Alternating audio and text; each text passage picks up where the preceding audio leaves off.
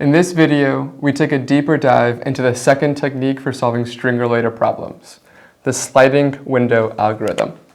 So we're going to begin by talking about what the sliding window algorithm is and go through some examples, and then we'll follow up that with exploring the most challenging parts of actually implementing this algorithm, talking about different flavors of this algorithm, and just doing other things in order to gain a more intuitive sense, see the problem from different perspectives. So the sliding window algorithm. All right, let's begin. So let's start with an example. Let's say that we have some string S, and that string S contains however many characters in it.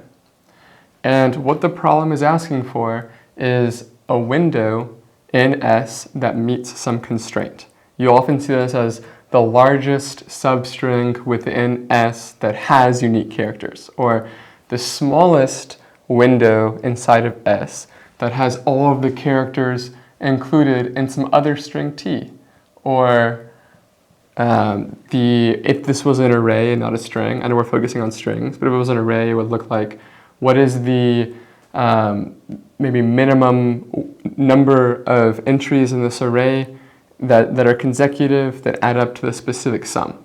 And as you can see, at the end of the day, what we're looking for is a window inside of S. And because we're looking for a window, these problems often involve, or always involve, two pointers. And I like to name these pointers the fast pointer, F, and the slow pointer, S. So let's look at an example. Let's say that we're first doing the longest substring in S with unique characters. Okay, so let's say that S is B, A, E, D. Let's do A again. And let's do some new characters. Let's just do C, Z, I. So the longest substring with all unique characters is going to be from E all the way to the end. And this is going to give us a length of 1, 2, 3, 4, 5, 6. Right? So the way that these problems work, and there's a few different ways. So we have this window. There's a few different ways that this window can expand and contract. I'm going to talk about two of the main ways that I've seen. The first one that I want to talk about, I want to call it the fast and slow pointer. And I'm just going to put this, the fast/slow. And we're going to look at two different techniques because I feel these two techniques come up the most frequently. The fast/slow technique is basically, with my fast pointer, I'm going to always try to grow my window. And with my slow pointer, I'm going to always attempt to contract my window. And depending if I'm looking for longest or shortest, I'm gonna calculate my answer based on the specifics of the question. But let's take as an example this question right here, and we want to get the largest substring with unique characters, right? The purpose of sliding window, before we begin with this example, is we want to be able to do this in an efficient time, right? When we get into the example of having two of these strings, it'll become a lot more intuitive what the non-optimal solution is. But first, let's talk about the linear time solution.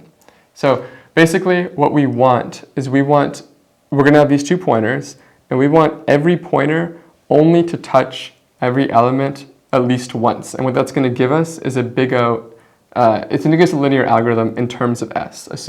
And if we have two strings, right? Let's say let's say that this T is going to be, let me think, A and C. That's probably a pretty good one, A and C, right? If we don't do a linear technique, we're going to have to, our algorithm is going to be quadratic in the sense that it's going to be big O in terms of S and T, because as we iterate through S, we're going to constantly have to check what's in T. So let's get started with some examples, because I know I've been talking a lot. The data structure that you often use when you're using sliding window algorithms is going to be either a hash set or a hash map, and I'll get into the differences here in a second. But first, let's say this hash set, right? So the fast pointer, my objective is to grow as fast as possible. So I say, hey, B, have I seen B, is B a unique character? And I look at my hash set at a constant time, and it's not. So I add B to my hash set. And now my fast pointer can move to A. And I say, can I add A? Can I increase my window even more? I say, yes, I can. And then the fast pointer goes again to E. Can I add E? Yes, I can. Then I go and I try to add D. Can I add D? Yes, I can. And then I finally get to A, and I say, can I add A? Can my window keep increasing? I see in my hash set in constant time that I already have my A in here, so I can't continue growing because now my window no longer adheres to the constraint that we have. So now we start moving our slow pointer to contract. And right now our answer is 4. So let's just put right here, we have 4 so far. So now the slow pointer is going to say, okay, I'm going to move from position 0 to position 1. And as I move, I'm going to remove from our set the element that we have here. So now B is no longer inside of our window. And you see, everything is happening in constant time. I'm just adding and removing from a set, and every single pointer is only touching every element once. I'm not going backwards ever. So S now goes here. Now I go back to my fast pointer and say, can I add A? No, I can't because A is in here. Now my slow pointer moves from A to E. I know I've kind of run out of space there. And now I take away A from my set. So now I have my window is of size 2, and now I ask again, okay, fast pointer, can I start growing again? I don't see an A, so yes I can, A. And then I continue growing, C, Z, I. So now I've grown, my new window size is 1, 2, 3, 4, 5, 6. My answer is 6, and I've reached the end of the question. But stepping back, the intuition here is that we have 2 pointers. The fast pointer is going to grow my window. The slow pointer is going to contract my window. This question specifically, we were looking for largest. So we're adding to the set and we're counting the largest one. If we were looking for smallest, then as we contracted, we would get a smaller size of our set, and that would help us determine our answer. So now let's talk about a second technique for solving this exact same problem. Instead of a fast/slow pointer, let's use a fast/catch up. Let's use the word catch for now because it's quicker to write. Okay, so in our fast catch up solution, we have, instead of using a hash set, we ask the question, okay, what if we use a hash map? And how would that be different, right? So now at the hash map, what we can say is, okay, the fast pointer is moving in the same exact way. So the fast pointer says, hey, B, I saw position 0, A, I saw position 1, E, I saw position 2, D, I saw position 3, and then I hit my A again, right? So now I'm at my A.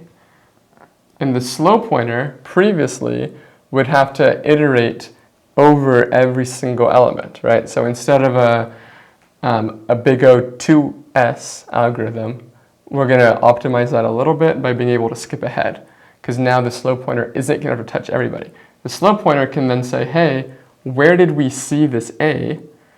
And I'm going to move there, right? So at this point, we know our window size is 4, because we've added 4 elements to the thing. And then our slow pointer says, okay, where should I move to? So at A, we can get the element at A at 1. Now my slow pointer can move to the next element. So now our slow pointer is pointing here. And as the slow pointer is pointing there, now we can start increasing our window again.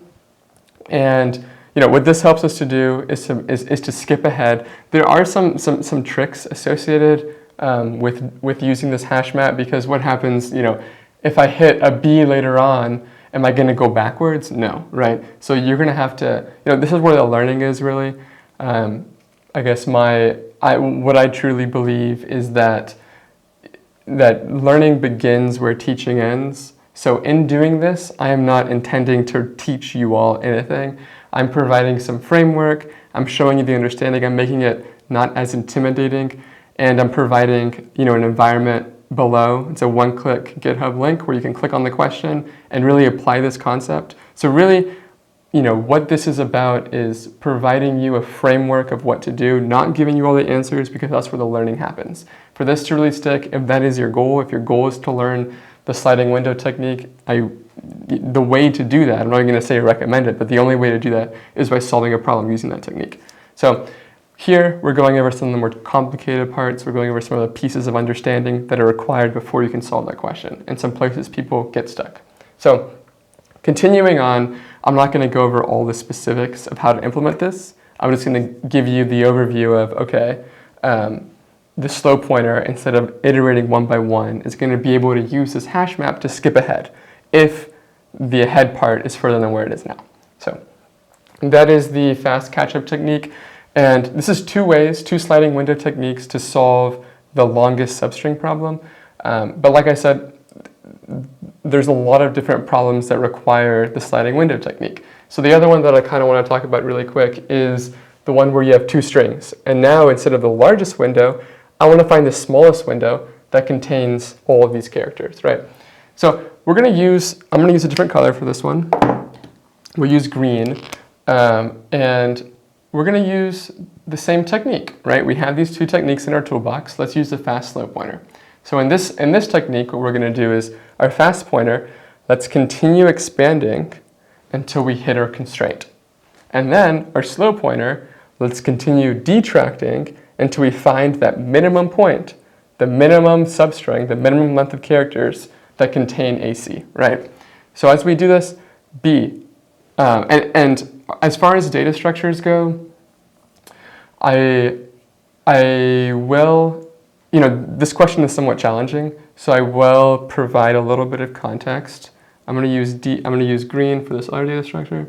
So we're also, I guess I'm going to start with this. The most challenging part of this question is figuring out what happens when I have duplicates.